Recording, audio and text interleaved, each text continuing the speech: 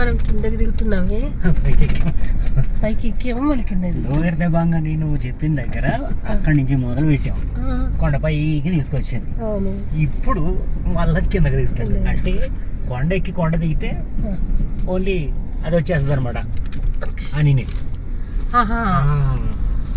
అంటే కొండ లోపల నుంచి కనుక సొరంగం తోలిసి ఇదంతా కలిపితే 10-12 కిలోమీటర్లు వచ్చేస్తుందేమో మోస్ట్ ప్రాబబ్లీ, అంతే కదా అనుకుంటున్నా.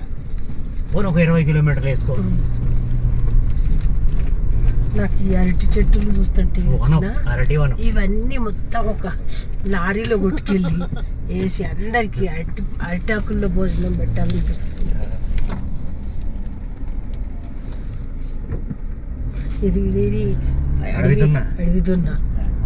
అడుగుతున్నాగా ఉన్నావురా అంటారు చూడు. అది చూడు ఎట్లా ఉందో, బలంగా ఉంది. అక్కడ 2 సార్లు పిల్లలు కూడా ఎట్లా కందే మరి. ఇది కంటే కదా కదా, అంత గట్టి. అంటే మనుషులు కూడా అట్లా ఫ్రీ ఇండివిజువల్గా ఉంటే అట్లా గట్టిగా అవుతారేమో. చూడు మరి వాటికి ఏమి ఇల్లు వాకిలి, మరి వాళ్ళే బర్రెల్ని తీసుకొచ్చి తోలుకొచ్చి